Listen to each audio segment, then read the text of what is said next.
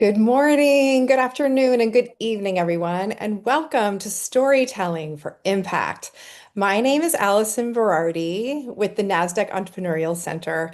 And for those who may be new to us, the Nasdaq Center is a nonprofit dedicating to helping entrepreneurs access the knowledge, mentorship, and resources they need to start and grow successful businesses. Today's session is designed for founders who are actively building and growing their businesses. Whether you're refining your business model, managing cash flow, expanding your customer base, raising capital, scaling going to go to market, entering new markets, or preparing your company for long-term scale and exit opportunities. Many of you are making big decisions with limited time and resources, while others are operating in environments where speed, scale, and capital efficiency and investor expectations matter. Our goal with today's program is to share practical insights that can help you navigate your unique growth trajectory and move your business forward with greater clarity and confidence. Before we dive in, I'm going to launch a few quick polls so we can sense where everyone is in their journey and take the temperature in the room. We use this feedback to help shape the programs and resources we provide for this global community of entrepreneurs. While you're answering, feel free to drop in the chat where you're joining from today. We love to know. We also will have a live Q&A at the end of the session, so please feel free to submit questions anytime using the Q&A feature. And while the poll is running, I'd like to briefly recognize the partners who make these programs possible. The work we do at the Nasdaq Center is supported by organizations including Nasdaq, Wells Fargo, JP Morgan Chase, KPMG, Walmart, the Asia Innovation Hub, Wilson Sonsini, the Narrate Foundation, KKR, BPM, and Blend 360. Their support helps us expand access to resources and knowledge for entrepreneurs everywhere, and we are so grateful for their partnership. Now let's get started. Ooh, I see New Jersey. I see Atlanta. Hello from San Francisco. So without any further delay, please join me in giving a warm welcome to our special guest, Ken Daigle, speaker, author, and executive communications coach. Hey, Ken. Hi, Allison. It is great to be with you here today. It's nice to see your smiling face. Thank you, Ken, you too. And I am excited to be with you all today. This is one of my favorite topics, is how to make impact with using the opportunities you get in multiple forums to speak publicly, whether it's on a stage, on a Zoom screen, or in a one-on-one conversation. This is where we make connections that really make a difference in our life's work and in our businesses. So this is an opportunity. I've been working with it for many years. I started in show business in New York City and learned and honed all my skills there. And when I moved to California, I started doing consulting at Stanford Graduate School of Business, teaching public speaking in that environment, and have worked with executives all across the world.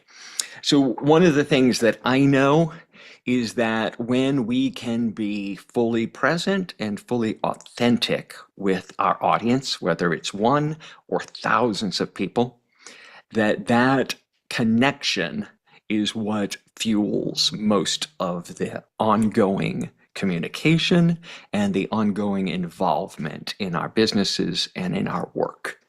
And though it is a two-way street, that we affect other people with our speech, and other people's participation changes our product, changes our vision of what could be and what needs to be. So creating that kind of purpose in your talk, whether you're doing a pitch for funding or talking to customers or to employees, this is all vital communication. So I have a little bit of a slide deck here that I'm going to share with you and some skills, but mainly this is going to be an interactive experience. I want you to be able to ask the questions that you have, and let me give you a couple tools to add to your tool belt, and so that you can build the kind of public speaking talks or one-on-one talks that make the most difference possible in your work. All right, so I'm going to share my screen here. If you have any questions, you can drop them in the chat, and Allison's going to help me maintain all of that. So, excuse me. Share correctly. All right.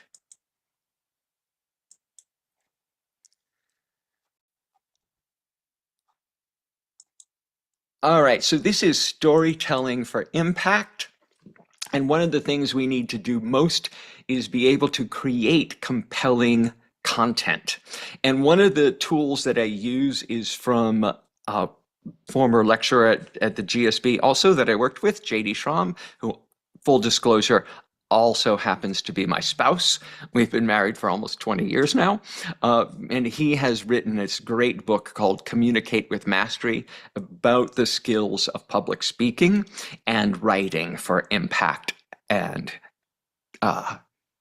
connection. So along those lines, I also want you to know that one of my favorite quotes is from the author Maya Angelou, who said, "People will forget what you said, people will forget what you did, but people will never forget how you made them feel."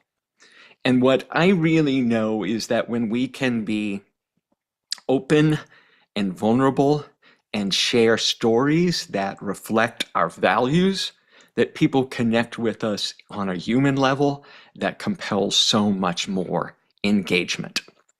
So to look at that, we're going to look at how we build a talk or a presentation with the AIM model. So to craft a compelling message, we need to make things as simple as possible without making them too simple. And that is actually a quote from Albert Einstein.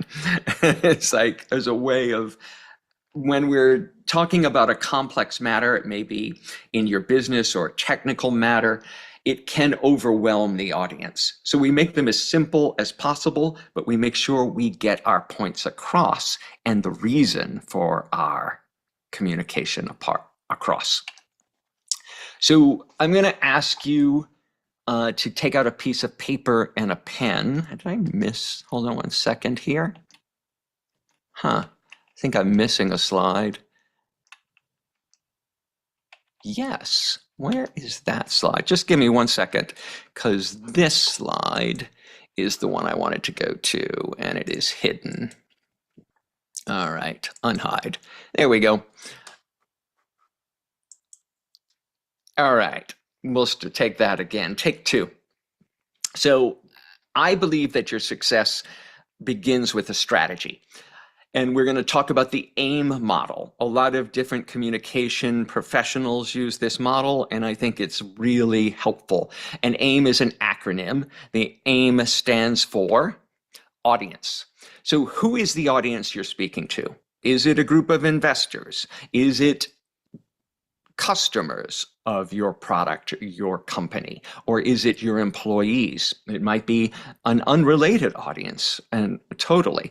But understanding who that audience is the first step you need to do when creating content.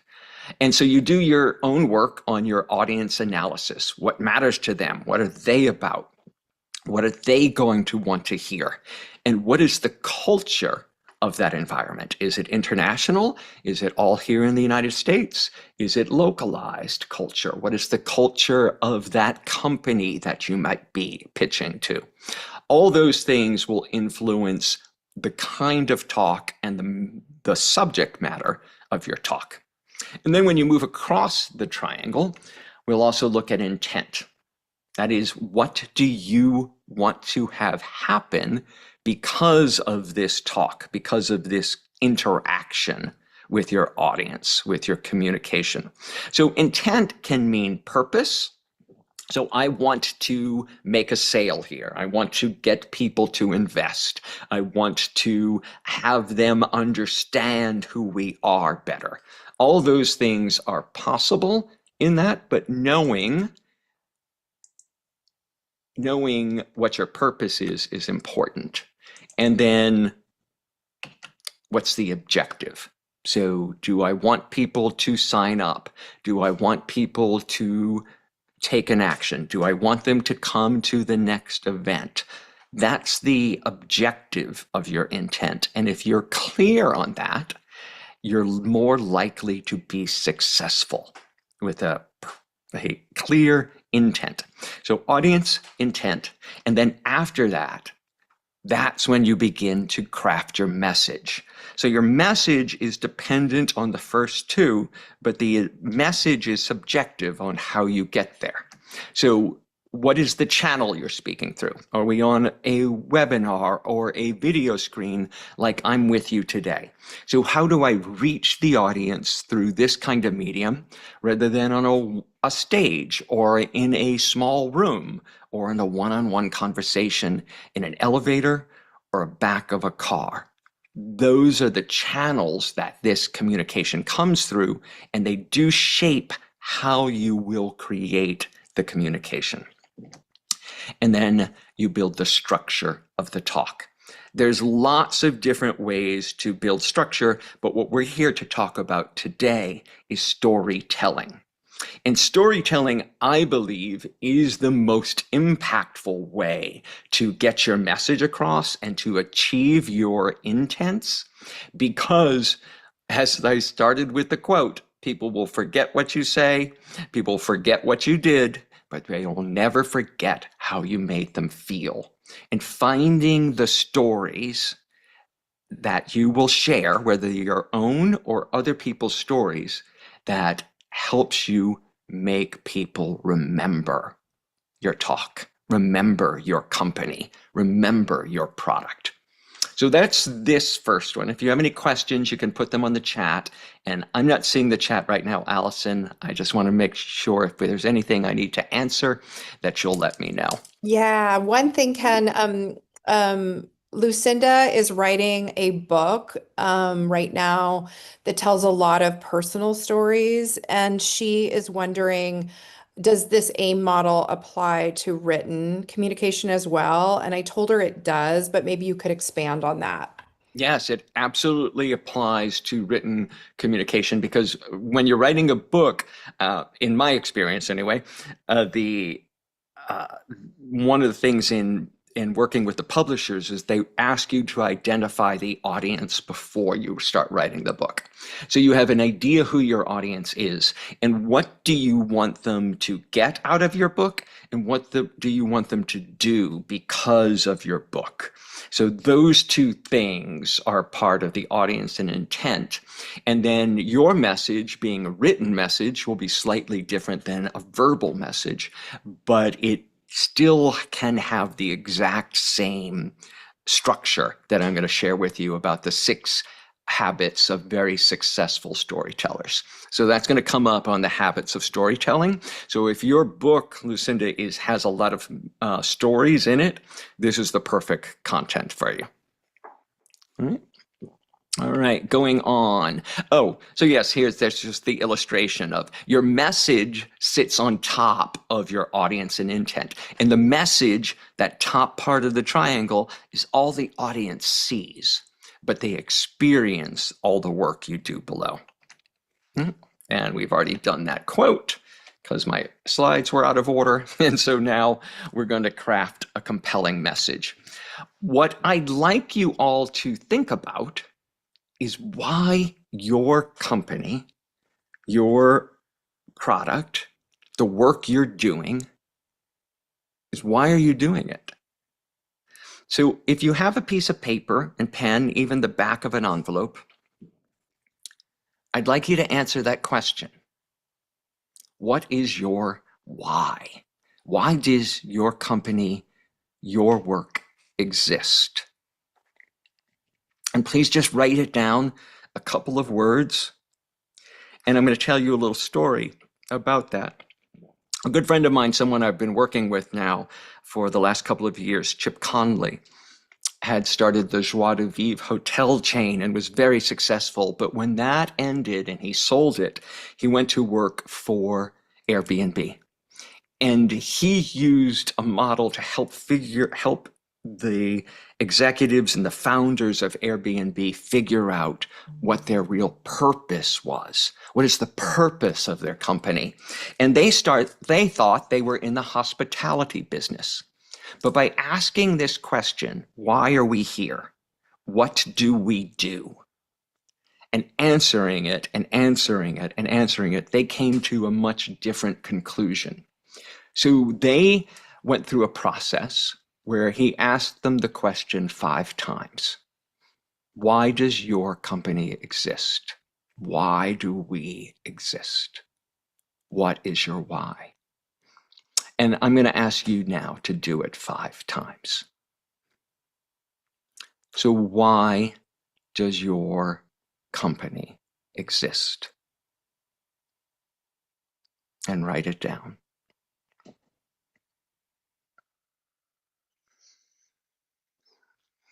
Why does your company exist?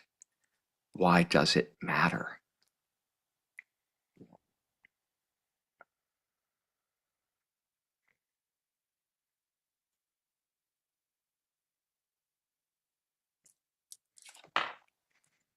If you're writing a book, why does your book exist?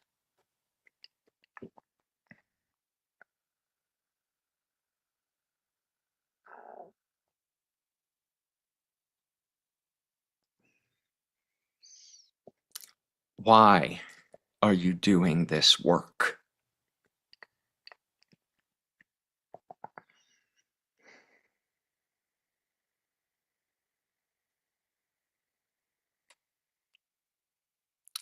Why is this important?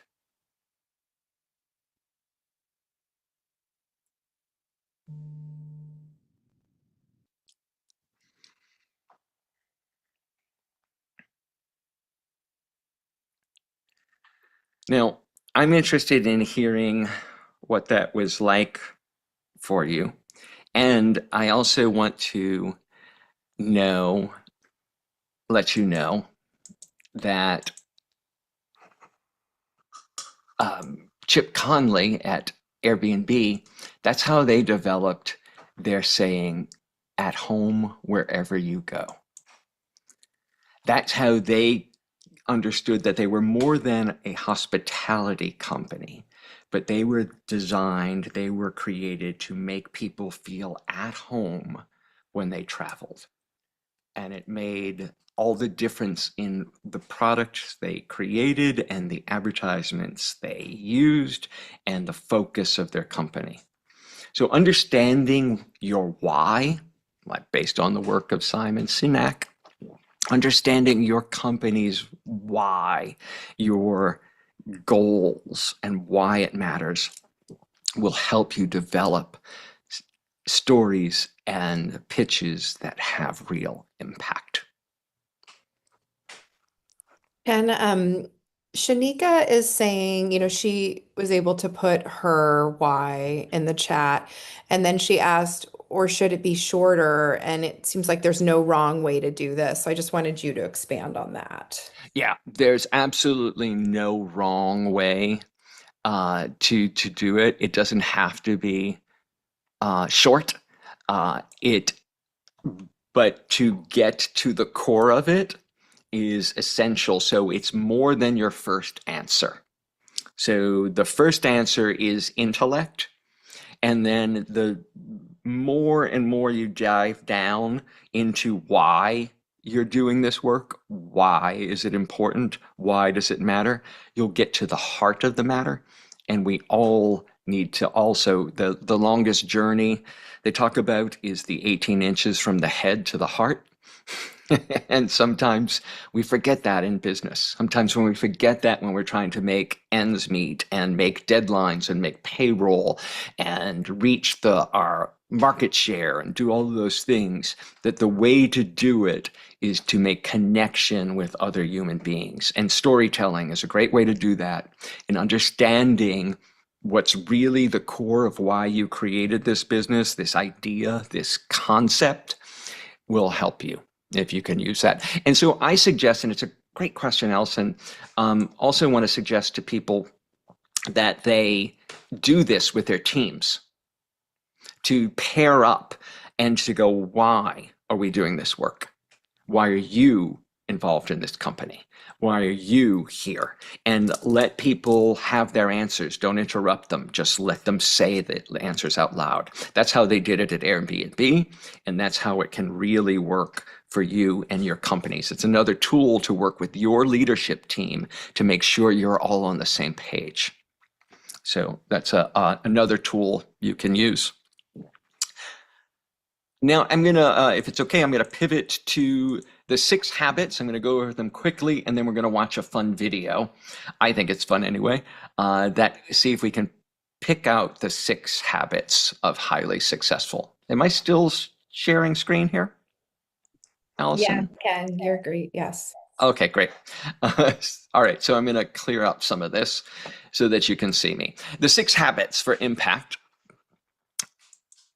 are let me go here. The first one is to parachute in. So if you're telling a story, you don't start with exposition. You don't say, okay, I'm going to tell you a story now about da da da da da da. You start somewhere in the middle of the story. I was in the most tense conversation I had ever had. They kept screaming at me. They kept saying, you don't understand, you don't understand. And then you slowly unpack the story for them. But keeping the audience slightly off guard at the beginning is a way to engage them. If you ever go to movies, you'll often notice that the movies start and you don't understand what's going on at first. And what it makes happens with that, and why successful authors do it, is it focuses everyone's attention on figuring it out. So rather than starting with, hi, my name is, I'm going to tell you a story about, let them figure that part out. Start in the middle of the story.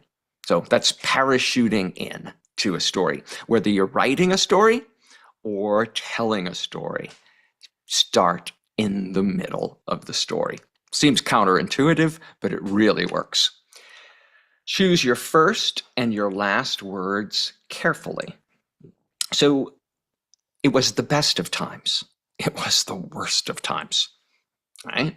Well, that's an example of Dickens choosing his first and last words very carefully, right? So that is impactful. And what you do can be just as impactful, because they'll remember the first, how you engage them, and they'll remember the last, what you leave them with. Next one is follow the Goldilocks rule.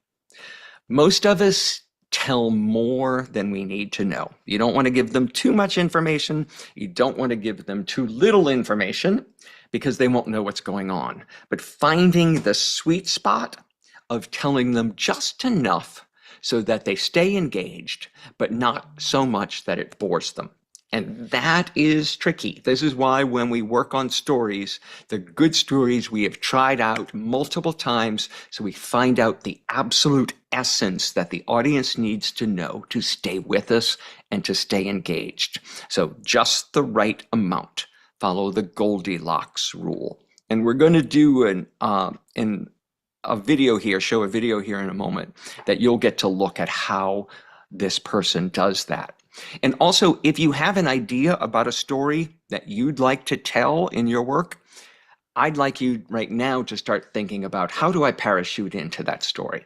How do I choose the first words of it? Make some notes, start sketching it out, because we can use this example and we'll unlock it here in a moment for your work and for your ongoing storytelling life. Right?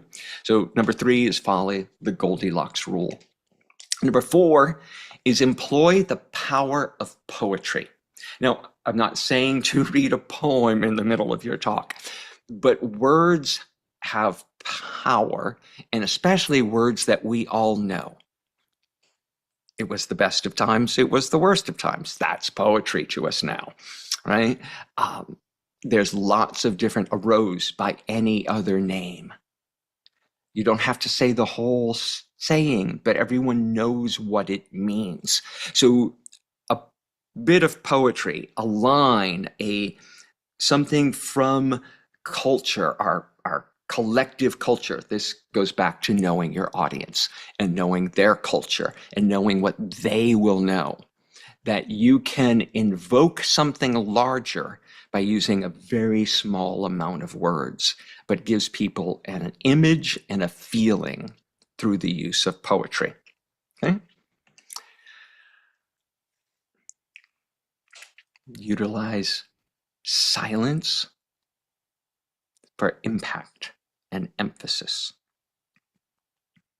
In a world that is constantly bombarding us with images, with sounds, with background music, with words, with text, with bings and pings, and all the stuff that inundates us every day, using pause and silence helps elevate what you're saying and draws people to you.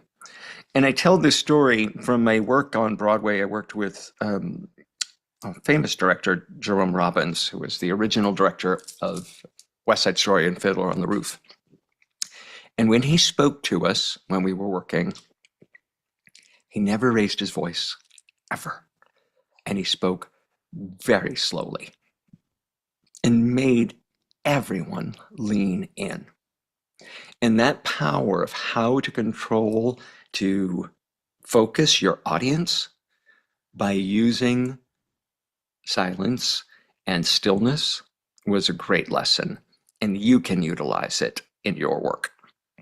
And the final one is know your aim, know your audience, know your intent, what you want to achieve, and to know your message. So with those, there's the 6 habits for impact. We're going to come back to them again, but I want you to watch this video I'm going to share with you now and notice where she does these 6 things in this 8-minute talk. Here we go.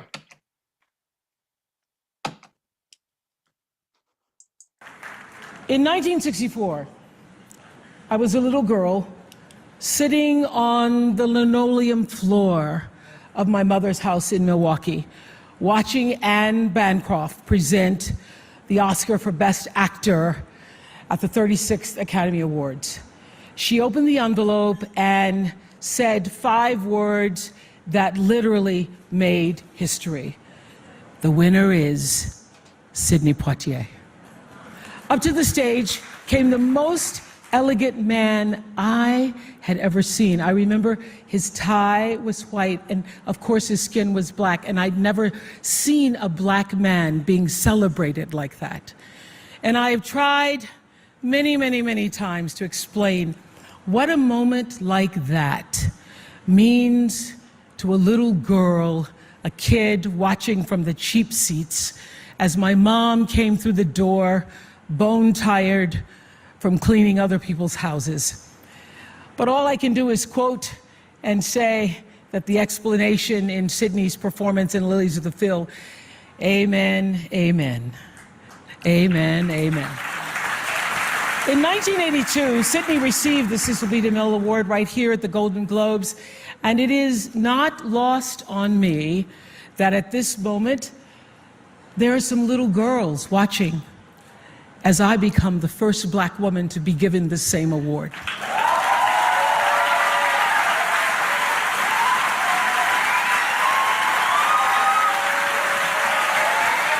It is an honor.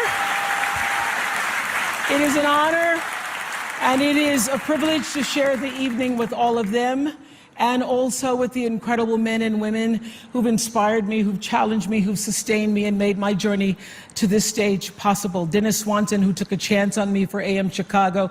Quincy Jones, who saw me on that show and said to Steven Spielberg, yes, she is Sophia in The Color Purple. Gail, who's been the definition of what a friend is, and Stedman, who's been my rock, just a few to name. I'd like to thank the Hollywood Foreign Press Association, because we all know that the press is under siege these days. But we also know that it is the insatiable dedication to uncovering the absolute truth that keeps us from turning a blind eye to corruption and to injustice.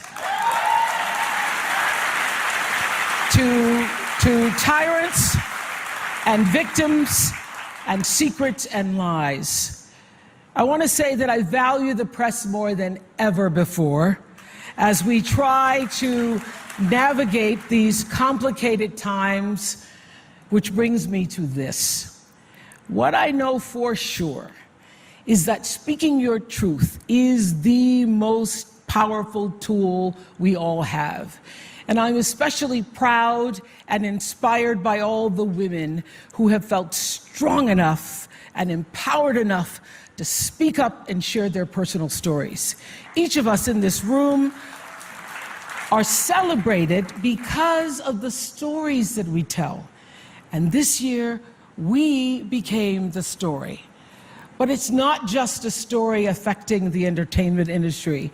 It's one that transcends any culture, geography, race, religion, politics, or workplace. So I want tonight to express gratitude to all the women who have endured years of abuse and assault because they, like my mother, had children to feed and bills to pay and dreams to pursue.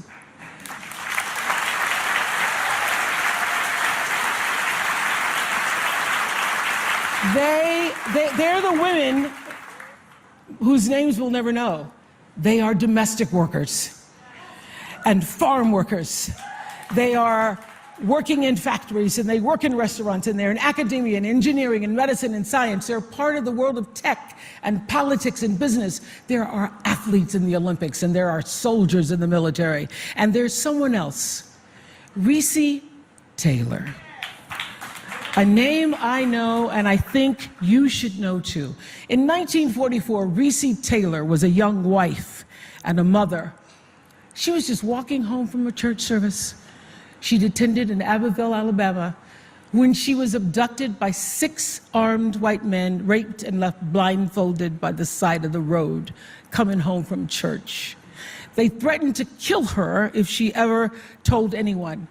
But her story was reported to the NAACP, where a young worker by the name of Rosa Parks became the lead investigator on her case. And together, they sought justice. But justice wasn't an option in the era of Jim Crow.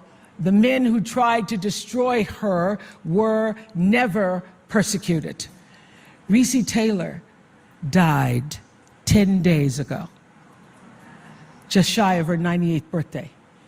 She lived, as we all have lived, too many years in a culture broken by brutally powerful men. For too long, women have not been heard or believed if they dared to speak their truth to the power of those men. But their time is up.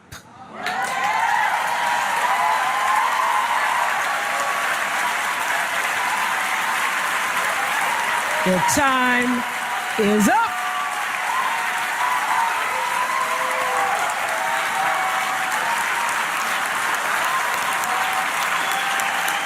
Their time is up. And I just hope that Recy Taylor died knowing that her truth, like the truth of so many other women who were tormented in those years, and even now, tormented, goes marching on. It was somewhere in Rosa Parks' heart almost 11 years later when she made the decision to stay seated on that bus in Montgomery. And it's here with every woman who chooses to say, "Me too." And every man who chooses to listen. In my career, what I've always tried my best to do, whether on television or through film, is to say something about how men and women really behave, to say how we experience shame, how we love and how we rage, how we fail, how we retreat, persevere, and how we overcome. And I've interviewed and portrayed people who've withstood some of the ugliest things life can throw at you, but the one quality all of them seem to share is an ability to maintain hope for a brighter morning, even during our darkest nights. So I want all the girls watching here and now to know that a new day is on the horizon. And when that new day finally dawns, it will be because of a lot of magnificent women, many of whom are right here in this room tonight, and some pretty phenomenal men fighting hard to make sure that they become the leaders who take us to the time when nobody ever has to say, "Me too," again. Thank you.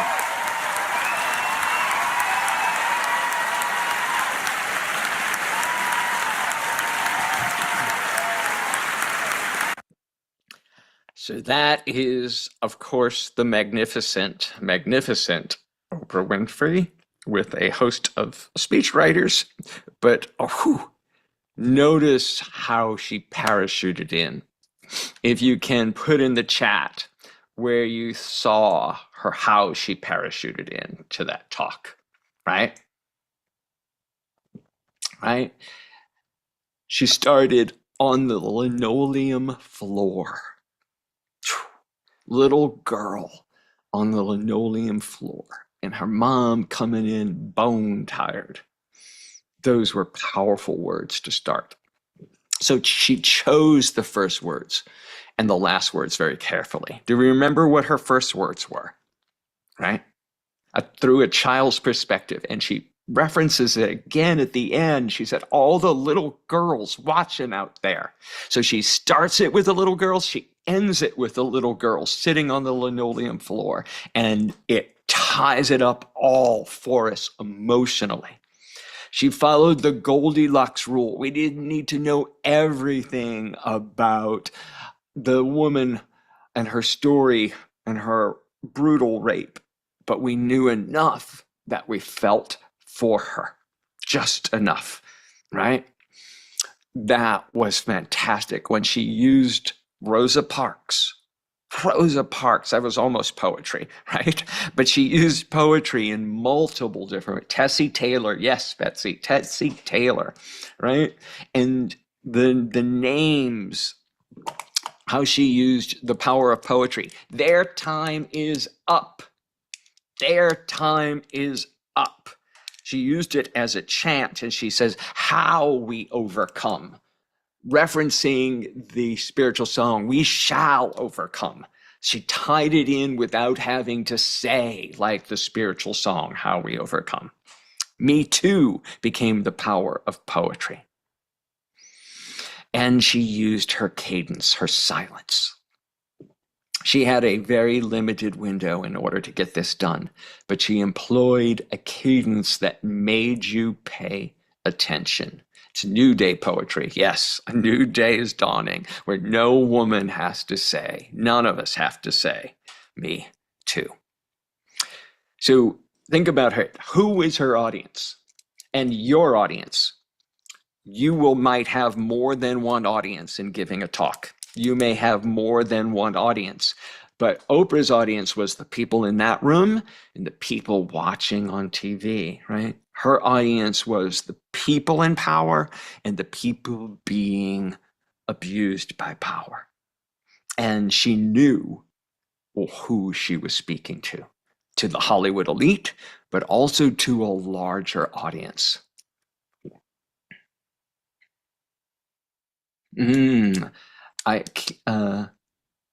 Kafat, is if I'm saying your name correctly, great. That is wonderful. Plant-based beauty products, right? Got tired of the harmful work of our beauty industry and finding the stories that illustrate that make that universally known will help you. I've watched this Oprah talk for many, many times, and I'm going to stop share now so that I can be a little bit more with you here. But I find it one of the best examples of storytelling for impact. Emotional and charged, vulnerable, real, and impactful. And I think it's an opportunity for us all to learn how to do that better, how to make a difference by telling the stories that need to be told, right? So, whew, Mhm. I'm here to take your questions about how you can apply that kind of powerful rhetoric to help you do your life's work. Hi, Great. Allison. Welcome back. Thank you, Ken. Wow. What a moving video to share. And what a great presentation. We have Robert Roberts. He said, I was told I was going to be, that doesn't have anything to do with this presentation. Robert Roberts will definitely connect with you. Thank you so much for letting us know about your application. Um, how does storytelling, this is from Luis, how does storytelling help us improve our enterprise? How specific could one use storytelling for business success stories? So two different things. First off, this idea that the idea that we are self-made men and women, that we don't need other people, is just a fallacy, right? Of course, there's no enterprise that has ever taken off that has been done alone. So storytelling is a way of getting people enrolled in your vision.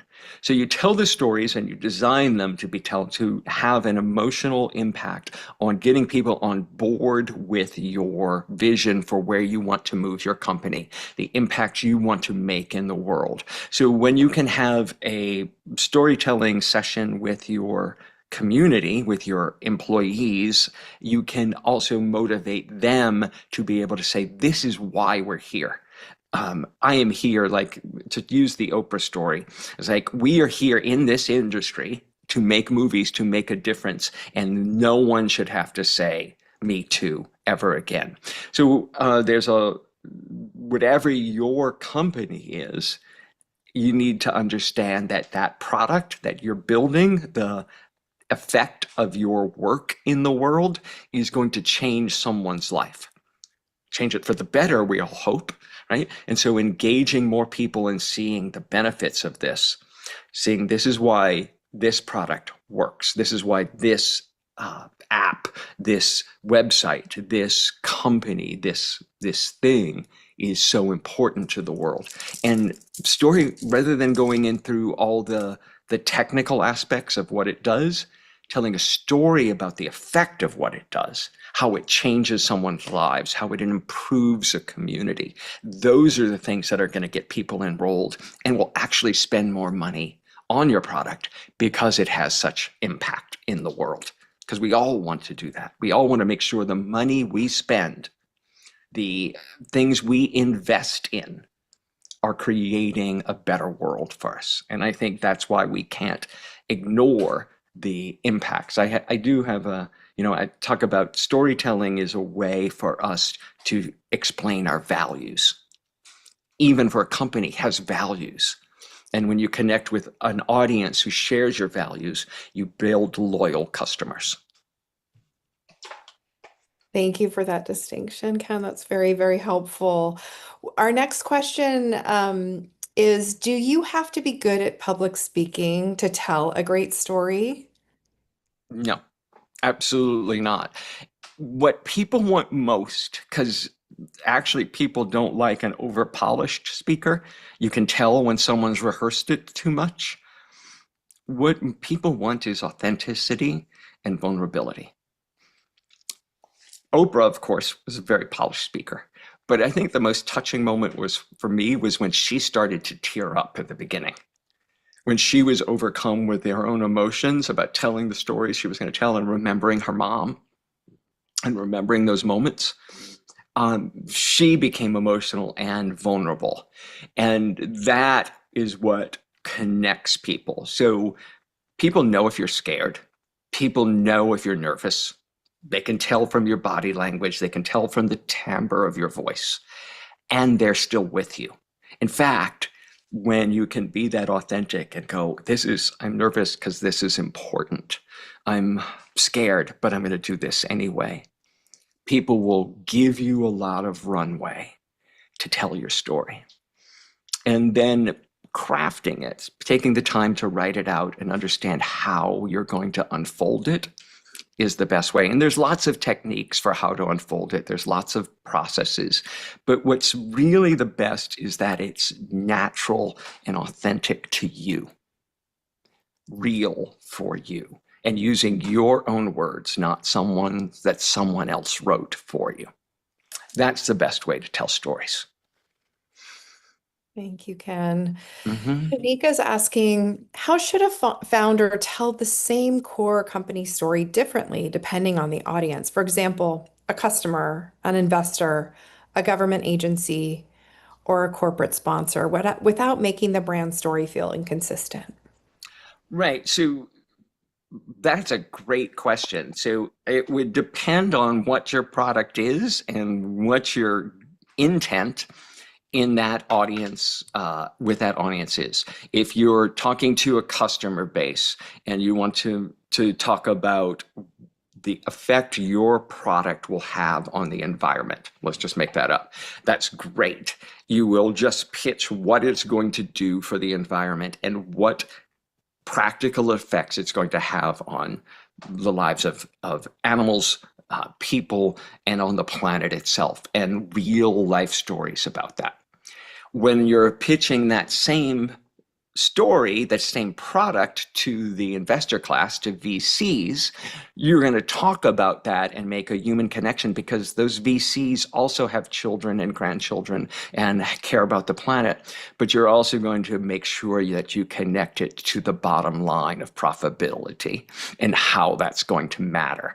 With the customer, you'll be focused on what they pay, but what they get out of what they pay. With the VCs, you're going to be talking about how we're going to scale this and make it profitable for the investor while caring for the planet. And there's a whole host of companies now, and of course of VCs, who are looking for more environmentally friendly and ESGs, governance and corporate entities that are more attractive to investment dollars.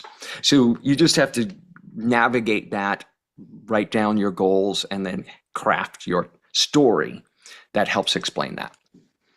So great. I was just wanting to highlight Kimberly Green's comment. She says, Oprah weaved in all marginalized people, starting with Cindy Poitier, first Black history, then women, those who are silenced, abused, young people. She spoke to so many to get everyone to relate. Yeah. Yeah. So she didn't make it about her, other than she used herself as the opening and the closing, right? This was an award to her, and it wasn't about her, right? It was award given to her, and she made it about everyone else. And that is pretty remarkable, right? It's a pretty remarkable, because most people in Hollywood, most people like that are so self-absorbed. They talk about, but she has very few references about herself. She talks about Steven Spielberg, and she thanks the people who gave her the start. Those were the references. Thank you for this award. Thank you. But it was about a much larger picture. And that's something you have to remember too. It's not about you as the founder. It's not about you as the CEO. It's not about how great you are. It's how great the product is and what you want to achieve with it, how great that is. And the story should be in service to that, right? Not, look what I did. The story is about what the product does, what the company does, what difference it's going to make in the world. And that's the way you keep the audience's attention. Right? So great. So Lucinda says, in writing my book, it's a travel memoir that tells a lot of funny stories and makes a deeper point about two traits that I have that are seemingly opposite: the trials of high sensation seeking and the trait of high sensitivity. Since the thread is my travels, how can I parachute in to each chapter? Don't they each have to go somewhere in chronological order?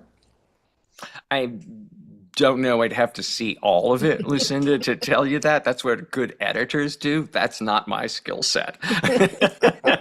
But my storytelling skill set will tell you that what I'd want at the top of each chapter is a short parachute into some exotic travel adventure, right? Or something that would make me want to be in that country, in that locale, and that I could smell the aromas of the native food, to understand how discombobulating the culture is to this Western white man, right? And that would be compelling for me to read on.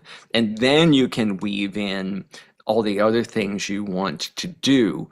But if you make each chapter a little mini travelogue for those of us who don't even travel, but that your writing becomes, your storytelling becomes our traveling the world. That could be the code for each section that you're wanting to do. Right? So, but I'm not an editor, but I do love storytelling. Yeah, you're getting a thank you. That was really helpful, Ken. I wanted to ask another question around the Goldilocks theory. If you could just expand a little bit on that habit, because we've got the 6 habits. Yeah, so we think often, and I do it all the time too. I say, well, I've got to explain all of this. And it really goes down. So I have to explain how this works and what this concept is and what this event was really like. But does it serve my ultimate intent? What I want the listener to do? When I always go back to intent, what do I want the listener to do as a result of the story? So do I want them to buy something? Do I want them to sign up for something? Do I want them to invest in my company? Do I want them to make a donation to my not-for-profit? What is the goal I want them to do? And do they need all those details in order to do that? Or are the details going to make them check out? How many of us have friends that will like to say, oh, so I went to lunch yesterday, but before I got to lunch, I had to stop off at the store because I had forgotten that my kids needed this for their backpack, and I had to get all of that done. And when I finally got to the restaurant, I was able to sit down and finally be with my friend. Well, do we need to know about what their kids needed for their backpack? That is true. It happened on the way, but it doesn't add anything to what the story is. And so you need to take a scalpel to your story. And that's why it helps to, if you're not a writer, to say it out loud and to record it, either on your computer screen or on your phone, and record it and listen to it, and then, or make a transcript of it. And then say, is this absolutely necessary? Is this necessary to advance the story?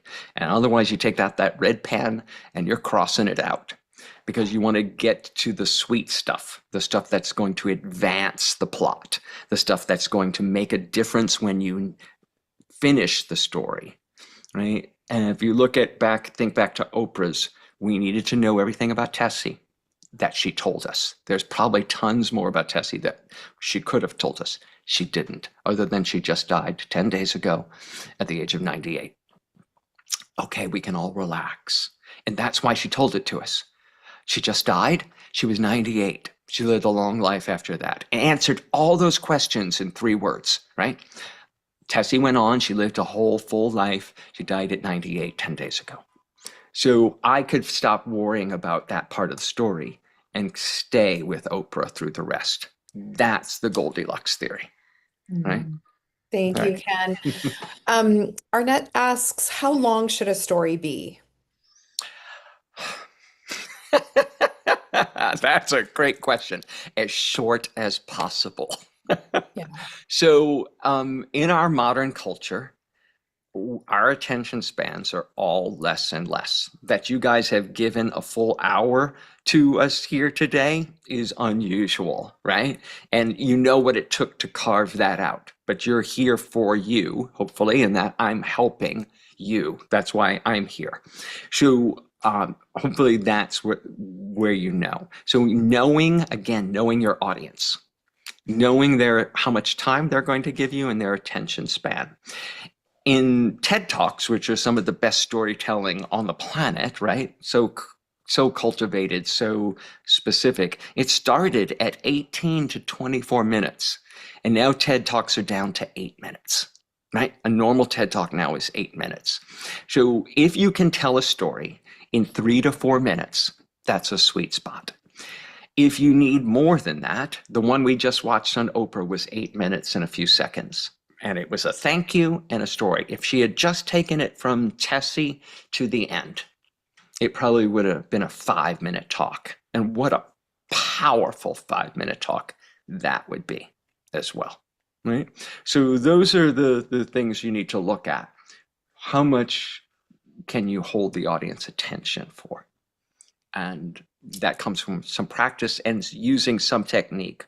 One of the that I took out of the 6 habits, if you're speaking in person, it doesn't work on the Zoom, so that I didn't use it today. But if you're speaking in person, one idea to one person, next idea to the next person. You make direct eye contact with people in the room and you keep changing. You don't make anyone uncomfortable by speaking directly at them for too long, but you shift your focus and you work the whole room so that everyone feels like you're talking directly to them, but they don't feel on the spot.